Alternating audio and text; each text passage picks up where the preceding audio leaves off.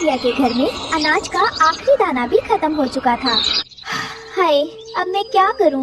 डिब्बा खाली है, बाहर बर्फ गिर रही है और कुक्कू गुड़िया को बहुत भूख लगी है। अगर मैंने कल कुछ काम नहीं ढूंढा तो हम भूखे ही रह जाएंगे। मम्मा, क्या आज फिर हम सिर्फ गर्म पानी पीकर सोएंगे? पेट में चूहे दौड़ रहे हैं। नहीं मेरी बच्ची, माँ अभी जिंदा है, तू बस सो जा। कल मैं तेरे लिए ढेर सारा दाना लाऊंगी। रात की ठंड इतनी तेज थी कि रानू की पतली चादर बच्चों को बचा नहीं पा रही थी। मम्मा, ये चादर तो बर्फ जैसी ठंडी है। मेरे पैर सुन्न हो रहे हैं। क्या हम जम जाएंगे? मेरे पास आओ बच्चों, एक दूसरे से चिपक कर बैठो। काश मेरे पास रुई खरीदने के पैसे होते तो मैं तुम्हारे लिए गरम रजाई बनाती। अगली सुबह रानू काम मांगने कालू कौवे के पास पहुँचे। कालू भाई, आपके पास रुई का गोदाम है, क्या मुझे थोड़ा काम मिल सकता है? बदले में आप मुझे थोड़ी रुई दे देना। अरे रानू, तुम चिड़िया लोग सिर्फ मांगना जानते हो। रुई बहुत महंगी है, मुफ्त में कुछ नहीं मिलेगा। यहाँ से जाओ, मुझे अपनी गोरी के लिए मखमली बिस्तर बनाना है। रानू हरियाली तोती के पास मदद मांगने गई। हरियाली बहन, क्या आपके पास कोई पुराना बोरा या कपड़ा है? मेरे बच्चे बीमार हो रहे हैं। देखो रानू, व्यापार में कोई बहन भाई नहीं होता। 500 लगेंगे बोरे के।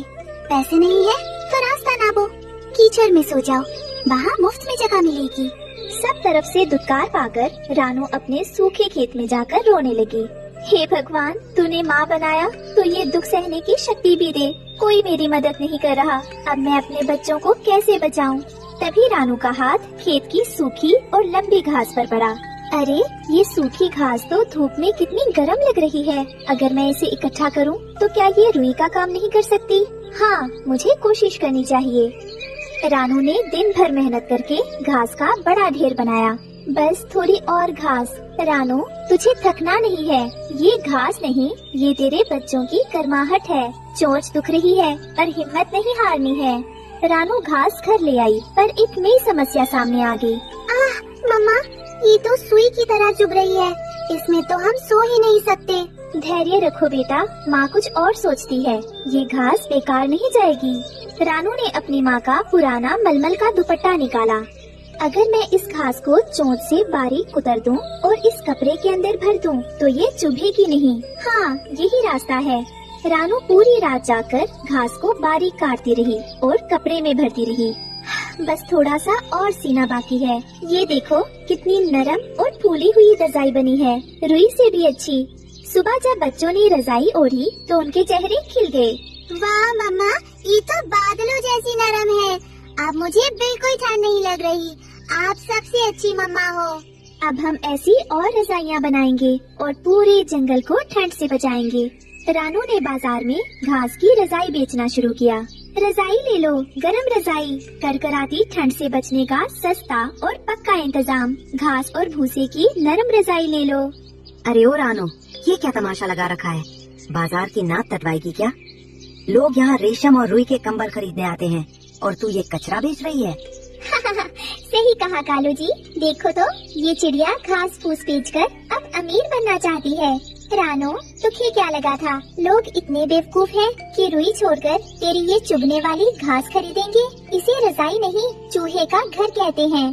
बहन गोरी, ये कचरा नहीं है, मैंने अपनी रातों की नींद और अपनी चोंच की मेहनत से इसे बनाया है। ये सिर्फ घास नहीं है, इसमें एक माँ की ममता, मेहनत और ईमानदारी की गर्माहट है। एक बार इस्तेमाल करके तो देखो, रुई को भूल जाओगी। अरे चुप कर, बड़ी आई मेहनत वाली। मेहनत तो हम करते हैं जो दूर दराज के जंगलों से महंगी रुई मंगवाते हैं। तेरी इस घास की रजाई को तो मैं मुफ्त में भी ना लूं। ओ भाइयों, देखो इस भिखारी चिड़िया का मजाक देखो, अब ये हमें घास में सुलाएगी। रानू, बेहतर होगा कि ये कूड़ा उठा और यहाँ से भाग जा। अपनी औकात मत भूल, तू एक मामूली चिड़िया है, कोई बड़ी व्यापारी नहीं। मजाक उड़ाना आसान है कालू भाई, पर किसी की मेहनत का मजाक उड़ाकर आप बड़े नहीं बन जाते। आज आप हंस रही हैं, पर याद रखना, जब कड़ाके की बर्फ गिरेगी तब यही घास की गर्माहट लोगों की जान बचाएगी। मुझे अपनी मेहनत पर भरोसा है। सूरज ढल रहा था, रानू की आंखों में आंसू थे, पर वो डटी रही।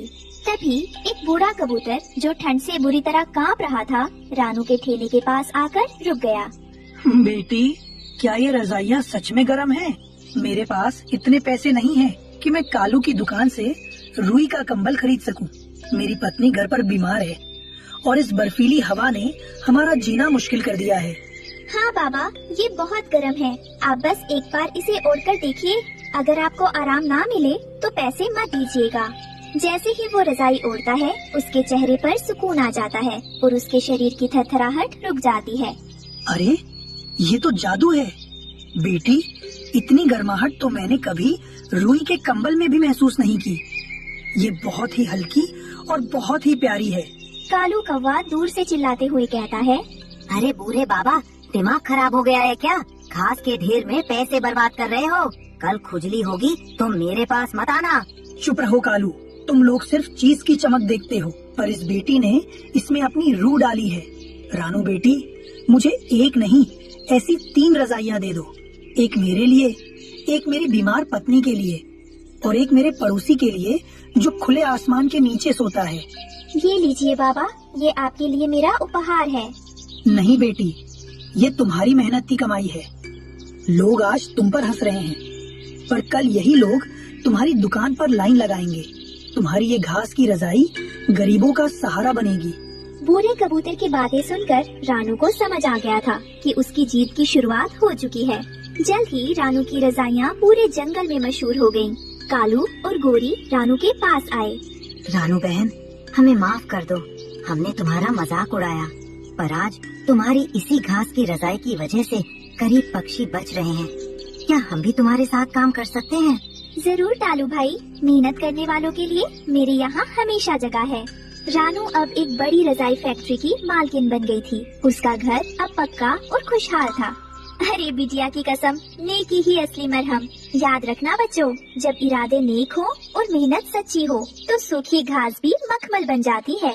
रानू की मेहनत ने पूरे जंगल को खुशहाल बना दिया था।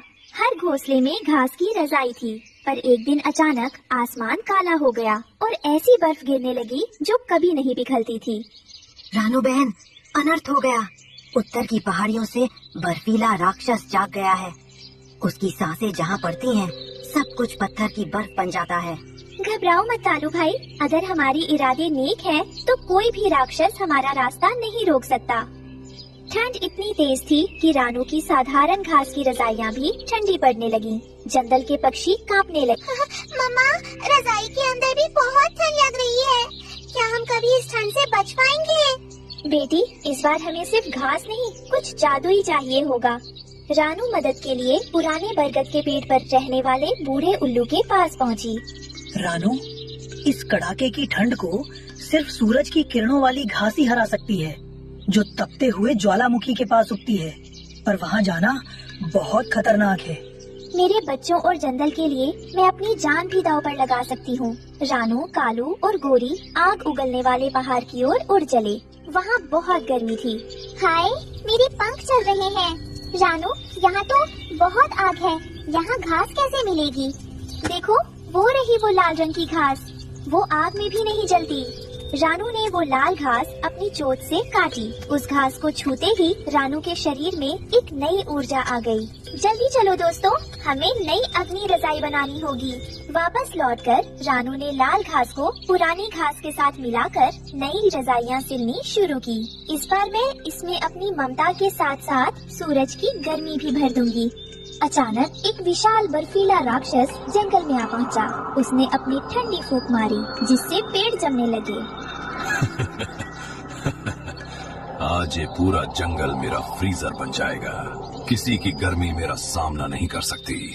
रानू ने हिम्मत की और अपनी नई अग्नि रजाई लेकर राक्षस के सामने उड़ गई। ये रजाई ओढ़कर देखो राक्षस, इसमें नफरत की बर्फ पिघलाने वाली प्यार की गर्मी है। रानू राक्षस के ऊपर बड़ी सी जादुई रजाई डाल देती है। जैसे ही रजाई ने राक्षस को छुआ, उसकी बर्फ पिघलने लगी। वो चिल्लाने लगा और देखते ही देखते पानी बन गया। नहीं, ये कैसी गर्मी है?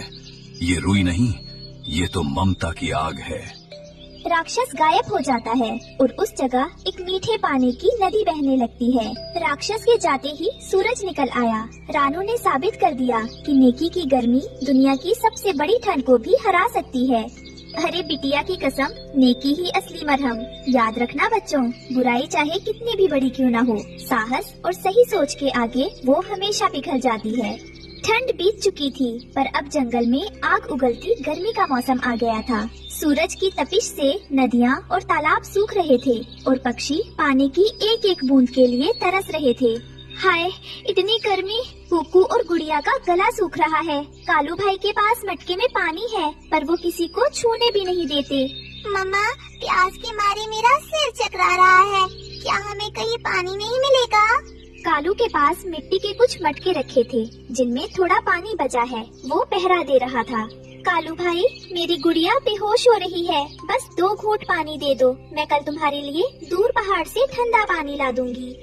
अरे रानो, पानी अब सोने से भी महंगा है। मुफ्त में प्यास बुझाना छोड़ दो। जाओ, कहीं और जाकर गड्ढा खोदो।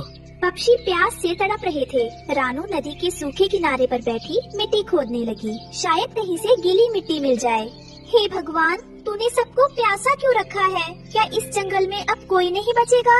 रानू की चोंच अचानक एक चमकती हुई नीली मिट्टी से टकराती है। वो मिट्टी आम मिट्टी नहीं थी, वो ठंडी और रेशम जैसी मुलायम थी। रानू के दिमाग में एक आइडिया आया। अगर मैं इस मिट्टी से छोटे छोटे प्याले बनाऊं और उनमें ओस की बूंदें जमा करूं, तो शायद बच्चों की प्यास बुझ जाए। रानू रात भर जाकर अपनी चोंच और पैरों से उस नीली मिट्टी को आकार देती है। वो एक छोटा सा मटका बनाती है। रानू को बर्तन बनाना नहीं आता था, पर एक माँ की ममता ने उसे सबसे बड़ा कलाकार बना दिया। सुबह जैसे ही रानू उस खाली मटके को सूरज की पहली किरण के सामने रखती है, मटका खुद ब खुद ऊपर तक ठंडे और मीठे पानी से भर जाता है। ये क्या? ये मटका तो कभी खाली ही नहीं हो रहा।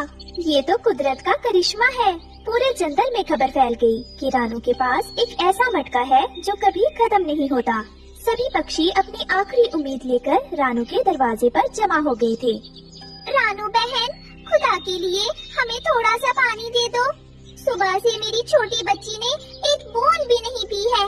उसका शरीर गर्मी से तप रहा है। अगर आज पानी नहीं मिला तो अनर्थ हो जाएगा। बिंदिया बहन, घबराओ मत। भगवान ने मेरी सुनी है तो वो सबको तृप्त करेगा। ये लो, सबसे पहले अपने बच्ची को पिलाओ। रानू, हम सभी यहाँ हैं। मेरे बच्चों के पैर गर्मी से झुलस गए हैं और प्यास के मारे वो उड़ भी नहीं पा रहे। क्या सच में ये मटका कभी खत्म नहीं होता? हमें डर है कि हमारी पहुँच में तक पानी खत्म ना हो जाए। मम्मा, क्या मुझे सच में ठंडा पानी मिलेगा? मेरा गला बहुत सूख रहा है। हरियाली बहन, डरो मत। ये मटका मेरी मेहनत और मालिक की कृपा का फल है। इसमें प्यार भरा है और प्यार कभी कम नहीं होता। आइए भाइयों, कतार में आइए। ये पानी सबका है। आज जंगल का कोई भी परिंदा प्यासा नहीं रहेगा। रानू मटके से पानी निकालती है।